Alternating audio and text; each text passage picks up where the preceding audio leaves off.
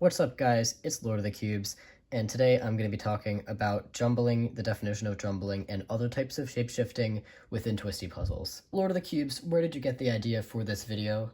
So hear me out, right? I was in the shower where all the best thoughts happen, and I thought about this. The curvy copter famously jumbles, meaning it can do this, right? And the curvy copter dodecahedron also jumbles. Same way as the curvy copter, in fact.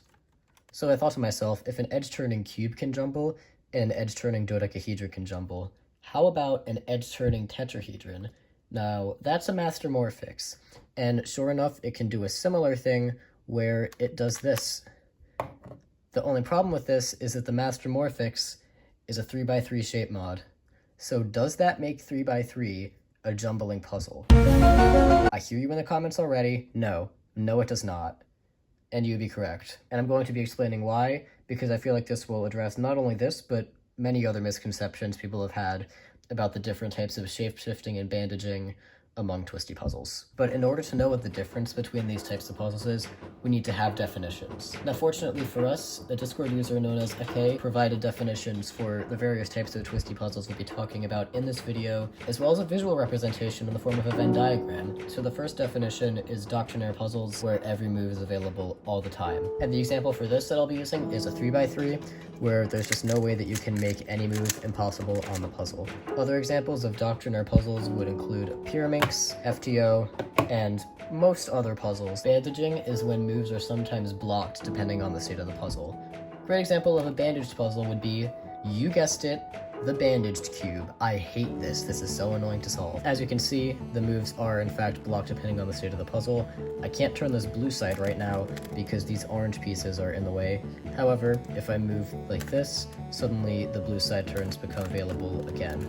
Another thing to understand about bandaged puzzles is that each bandaged puzzle has a quote-unquote parent puzzle when it's fully unbandaged. For example, the bandaged cube's parent puzzle would obviously be the 3x3. And the way to get from a bandaged puzzle to a Doctrinaire puzzle is a process called unbandaging. Unbandaging is adding cuts to a puzzle to allow it to turn where otherwise bandaging would block those turns. Very popular puzzle, it's a WCA event, is the square one. This is the only non-Doctrinaire puzzle in the WCA as of right now, and it is a bandaged puzzle. As you can see, if we do something like this turn is disabled by the state of the puzzle because of this corner piece blocking the way. This is bandaging. So you can see that an unbandaging of the square one would allow this turn to happen by splitting these corner pieces in half. That is what the square 2 does. If we do the same thing we just did, but on a square 2, suddenly this move is available because of these corners being split. However, the square 1's parent unbandaged puzzle is actually not the square 2. If you know what the square 1's unbandaged form is, let me know in the comments, because I'm curious to see you guys figure it out. And also, as a bonus, tell me why the square 2 isn't considered a fully unbandaged puzzle. With that said, let's get on with the video. You're probably saying, Lord of the Cubes, what about cuboids? You might think that cuboids are a Doctrinaire puzzle, because obviously you can't make turns at 90 degrees, but it's still like keeping its shape and stuff. I don't know how to explain this. But this is not a Doctrinaire puzzle. This 2x2x3 right here is a bandaged 4x4. A 4x4 can be reduced to a 2x2x3 if you only do wide 180 degree turns along these axes and only shallow turns along these axes.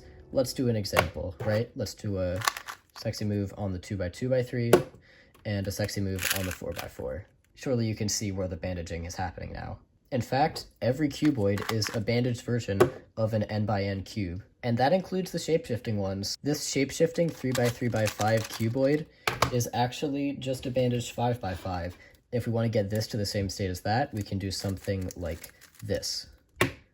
It's a little harder to see the similarities on this one. The word shapeshifting is another thing I want to address, because there are many types of shapeshifting puzzles.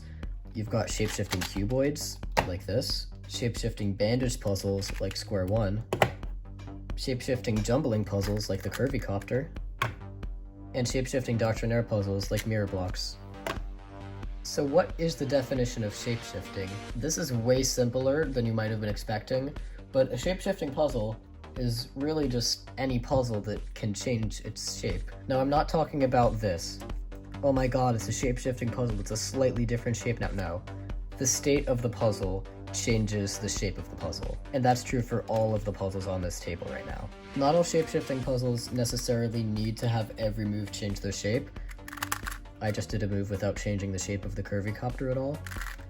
But some of them do. In fact, most of the shape-shifting shape mods do, like the mirror blocks, and incidentally, the Master Morphix, which we have now determined is not a jumbling puzzle, but is a Doctrinaire puzzle. So we've talked about everything else on this Venn diagram at this point. The only thing we have left is jumbling puzzles. By definition, all jumbling puzzles are also bandaging puzzles. If we take this curvy copter again, and we do a couple moves like this, we can't make this turn right here because we would need to unbandage this pedal piece. So if we add another cut like that, let's say we do, that would be the curvy copter 2. However, then that has its own bandaging, and we can just keep going and going and going and going and going until the pieces are basically ground into tiny molecular pieces of dust. The definition of a jumbling puzzle means that it has no fully unbandaged form, it has no parent puzzle, and any jumbling move you make will be bandaged. This is a case definition of it right here. I basically just paraphrased it. Only certain axis systems can show jumbling. For example, this edge-turning cube axis system is also a face-turning rhombic dodecahedron. So if we have this face-turning rhombic dodecahedron, you'll see this puzzle can also jumble. This is the Dodorhombus Plus by MF8, and it is actually another great example of an unbandaged puzzle, because if we do a move like, I think this, we can split these edges that otherwise, if you scramble it without jumbling, would just stay bound together for the entire solve. So what makes an axis system jumbling? There's a mathematical explanation for it, but the basic idea is that the dihedral angles need to be the same to allow for jumbling turns. Another jumbling axis system is that of, you guessed it, my beloved, the face-turning icosahedron. We can do a move like this. Come on, you can do it. I grabbed my Astrominx instead of my Icosahix because they look identical. Here we have the real Icosahix. We do a turn like this. We can then do another move like this. This is jumbling. Now, what makes an axis system a jumbling axis system? Well, there's a complicated mathematical explanation for it that I didn't actually have prepared for this video. So if I find it, I'm going to put it up on screen. Most of the Catalan solids, like this rhombic dodecahedron, can also jumble in their face-turning form. However, they do need to be deep enough to actually interact with each other in order to jumble. The edge turns on this corner helicopter 2x2 don't even interact, so it can't really jumble the way a curvy copter can. The only thing I don't like about Eke's initial Venn diagram is that it is slightly off because the jumbling circle should be inside the bandaging circle, because by definition, all jumbling puzzles are also bandaging puzzles. You'll also notice this puzzle here. This, I believe, is called the Fracture 10 by David Pitcher, and it is one of the rare but existing jumbling puzzles that don't actually shapeshift.